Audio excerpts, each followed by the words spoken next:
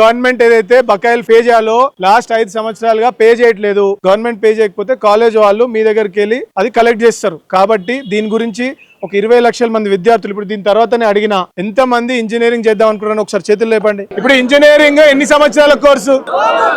4 years. Every year engineering లా 35,000 రూపాయలు government fee reimbursement ఇస్తుంది. అంటే 1,00,000 రూపాయలు ఫీజు ఉంటే మీరు ఎంత కట్టాలి?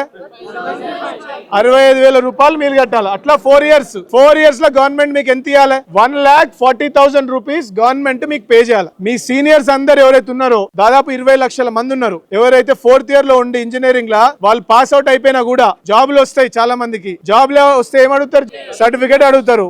అక్కడ కూడా వాళ్ళని సర్టిఫికేట్ అడిగితే కాలేజ్ వాళ్ళు ఎవ్వరు సర్టిఫికేట్లు ఇస్తలేరు. ఎందుకు ఇస్తలేరు? గవర్నమెంట్ ఫీ రియంబర్స్మెంట్ కడతలేదు. మీ ఫీజులు మీ పేరెంట్స్ కడుతున్నారు, మీరు కట్టాల్సిన షేర్ మీరు కడుతున్నారు. కానీ గవర్నమెంట్ కట్టాల్సింది లాస్ట్ 5 సంవత్సరాలుగా కట్టట్లేదు. సో ఇది ఓన్లీ మీరు ఇక్కడ డిగ్రీ స్టూడెంట్స్ ఈ 2 years వాళ్ళది ఇష్యూ కాదు.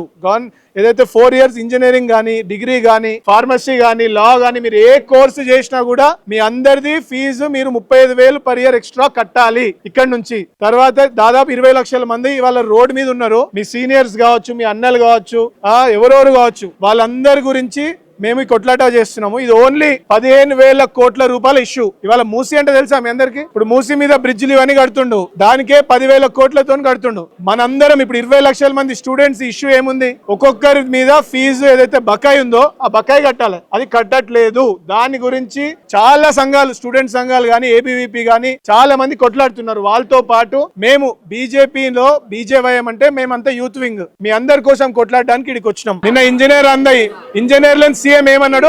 ఒక్కరు చేతులేపి చెప్పండి. మీరు అందరు ఇంత కష్టపడి చదువుకుంటారు, మీరు పాస్ అవుట్ అయిన వాళ్ళకి CV రాసుకోవడం కూడా రాదు ఇంజనీర్లకి అని అన్నాడు సీఎం నిన్న. అందుకనేసే మేము కొట్లాడుతున్నాం, మీ అందరి గురించి కొట్లాడుతున్నాము. మీరు అందరు కూడా ఒకటే, మేము ఒక పాంప్లెట్ ఇస్తాము, మీ ఫీ రియంబర్స్మెంట్ ఎంత ఉందో మీ కాలేజ్ వాళ్ళు చెప్తారు. అది మీకు కూడా ఐడియా ఉండకపోవచ్చు. వాళ్ళు చెప్పింది మీరు రాసి ఆ స్లిప్ మాకు ఇవ్వండి. మీ గురించి 20 లక్షల మంది గురించి మేము కొట్లాడుతున్నాము. ఈ సీఎం ఏదైతే మీ అందరికి ప్రామిస్ చేసి పవర్ లోకి వచ్చిండు, ఎవరు వచ్చిండు? అయితే రేవంత్ రెడ్డిని గడ్డ దింపుదామా? మీ ఫీజు కట్టాలి, లేకపోతే రేవంత్ రెడ్డి ఏమవుతాడు? రేవంత్ రెడ్డి గడ్డ దిగుతాడా దిగడా?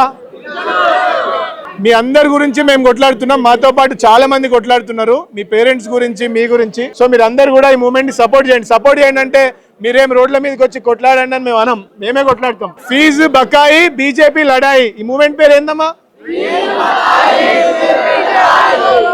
ఇంకోసారి చెప్పండి, వాళ్ళకి వినిపిస్తలేదంట.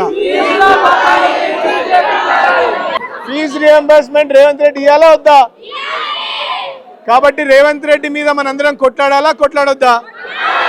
మీరందరు మాతో ఉన్నారా? మేము మీకోసం కొట్లాడతాం, జైలుకి పోతాం, దెబ్బలు తింటాం, చెట్లు చింపుకుంటాం, ఏదైనా చేస్తాం. కానీ మీరు మాకు సపోర్ట్ చేస్తారా?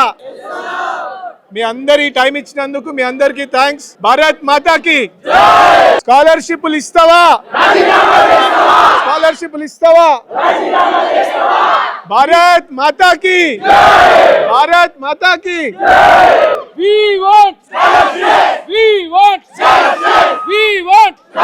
దీనిలో కాక్రోచ్లు ఎంతమంది ఉన్నారా?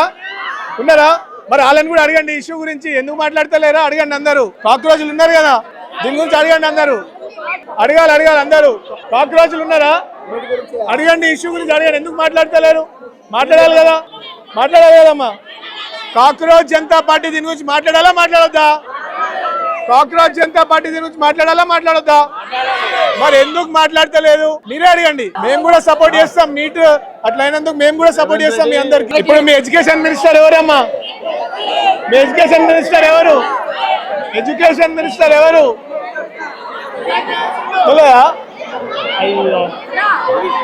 ఎడ్యుకేషన్ మినిస్టర్ ఎవరు? అరే స్టేట్ లా లేడా ఎడ్యుకేషన్ మినిస్టర్? అరే ఆయన చూస్తే బాధపడతాడు.